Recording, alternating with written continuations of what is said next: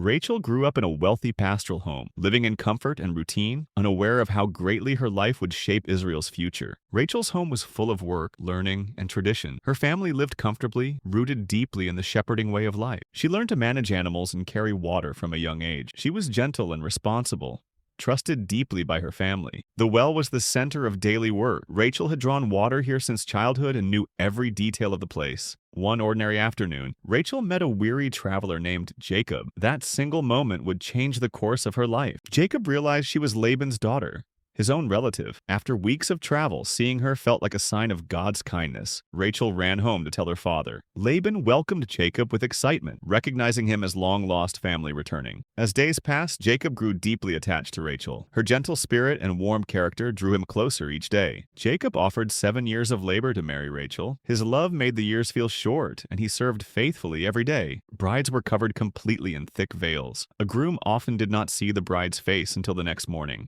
Behind the scenes, Laban made his own plan. He chose to give Leah first, using the heavy wedding veils to hide her identity. Leah did not design this plan, but she obeyed her father. Hidden under the veil, she was led out as the bride. The wedding happened at night, as was common. With her face fully covered, Leah was presented to Jacob as if she were Rachel. At dawn, Jacob saw the truth. The woman beside him was Leah, not Rachel. The shock filled the tent that morning. Jacob demanded an answer. Laban replied calmly, saying their custom required the older daughter to marry before the younger. Laban offered another deal. Jacob could marry Rachel too, but he must serve 7 more years after the wedding week. When Rachel heard what happened, the news cut deeply. Yet Jacob still loved her, and soon she would also become his wife. A week later, Jacob married Rachel as well. At last she stood beside the man who had loved her from the moment they met. Jacob now had 2 wives, and the sisters shared one household. Jealousy and comparison soon pressed hard on their relationship. Leah soon had sons, but Rachel remained childless. Her heart ached as she waited and prayed for God to remember her.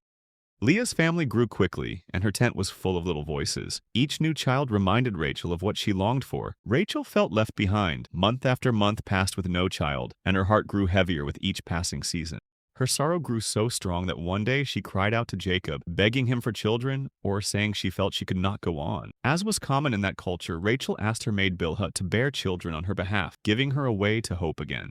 When Bilhah had a son, Rachel felt her hope rise again. It seemed like her prayers were finally beginning to turn toward blessing. Seeing this, Leah also gave her maid Zilpah to Jacob, and more children were born. The rivalry between the sisters deepened. Leah continued to have more sons. Each child changed the rhythm of the household, and Rachel watched with a mixture of love and longing. Though children filled the tents around her, Rachel still felt the ache of waiting. She wondered when God would turn toward her. One day, Rachel bargained with Leah for mandrakes, a plant linked to fertility in their culture. Their rivalry reached a new point. Not long after, signs of hope appeared. Rachel felt something change within her, and she knew a child was growing in her. Scripture says God remembered Rachel. He saw her long years of waiting, and his compassion moved toward her at last. In time, Rachel gave birth. Joy and relief filled her heart after so many years of sorrow and tearful prayer. Rachel named him Joseph, saying, "May the Lord add to me another son." Her joy was full, and Jacob was overjoyed too. Joseph grew bright and healthy. Rachel watched him with such pride, grateful for every moment after her long season of waiting. After Joseph's birth, Jacob knew it was time to return to Canaan. He planned carefully to move his large family home. Before leaving, Rachel secretly took her father's household idols. Scripture does not explain why, but it stirred tension later. Jacob gathered his wives, children, and flocks, and they set out for Canaan. Rachel walked beside her son, leaving her childhood home. When Laban learned Jacob had left, he chased after him for days. He was furious, especially when he noticed his idols were missing. Rachel hid the idols under her saddle and stayed seated. Laban searched everywhere, but he never found what he was looking for. Jacob and Laban made peace, setting a boundary stone between them. They promised neither would ever harm the other again. The road to Canaan was long, but Rachel walked faithfully with Jacob and her son. She leaned on God for strength each day. After years away, Jacob's household settled in Canaan. Rachel helped create a peaceful home with patient and loving hands. In time, Rachel became pregnant again. She carried this child with deep gratitude, though the pregnancy was harder on her body. As they neared Bethlehem, Rachel's labor pains started suddenly. The rough, uneven path made the journey even more difficult. Rachel's labor was long and painful. The midwife stayed close and encouraged her, but Rachel grew weaker as the hours passed. At last, Rachel's son was born. The midwife said, "You have another boy." But Rachel's strength was slipping away. With fading strength, Rachel named him Ben-Moni, son of my sorrow. Her words revealed the depth of her love and her pain. Rachel's strength slipped away. Jacob stayed beside her, holding her hand as she took her final breaths near Bethlehem.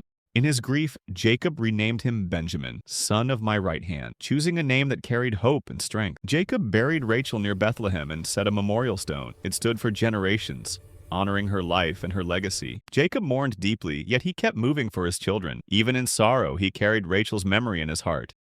Jacob kept Benjamin close, knowing he was Rachel's last gift. He treasured the child with deep love and careful protection. As Joseph grew, he often thought about his mother. Though he was young when she died, her gentleness stayed with him always.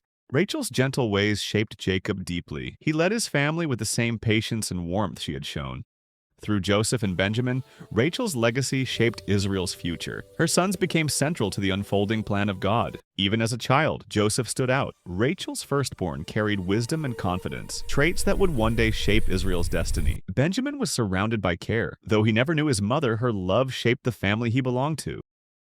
Rachel's memorial stood for centuries. Her story was remembered not only for sorrow, but for faith, love, and perseverance. Through Joseph and Benjamin, Rachel became part of Israel's foundation. Her legacy shaped tribes, history, and God's unfolding story. Rachel's life teaches patience and trust. Her story reminds us that God sees every tear and honors every prayer in His perfect timing. Even in the quiet hills, Rachel's story lingers. God weaves her love and loss into the land her children will inherit. This valley shows how God can turn private pain into blessing. Rachel's hidden tears watered a future she never saw. The quiet camp shows how life goes on after sorrow, yet God stays near, guiding each small step of His people's journey. Across these plains, tribes will rise from Rachel's sons. Her quiet story becomes part of a promise reaching far ahead. As the light fades, we remember Rachel's faith. God does not waste our waiting. He folds each season into His good plan. Rachel's story leaves us with quiet reflection. God worked through both her joys and her sorrows to shape an entire nation.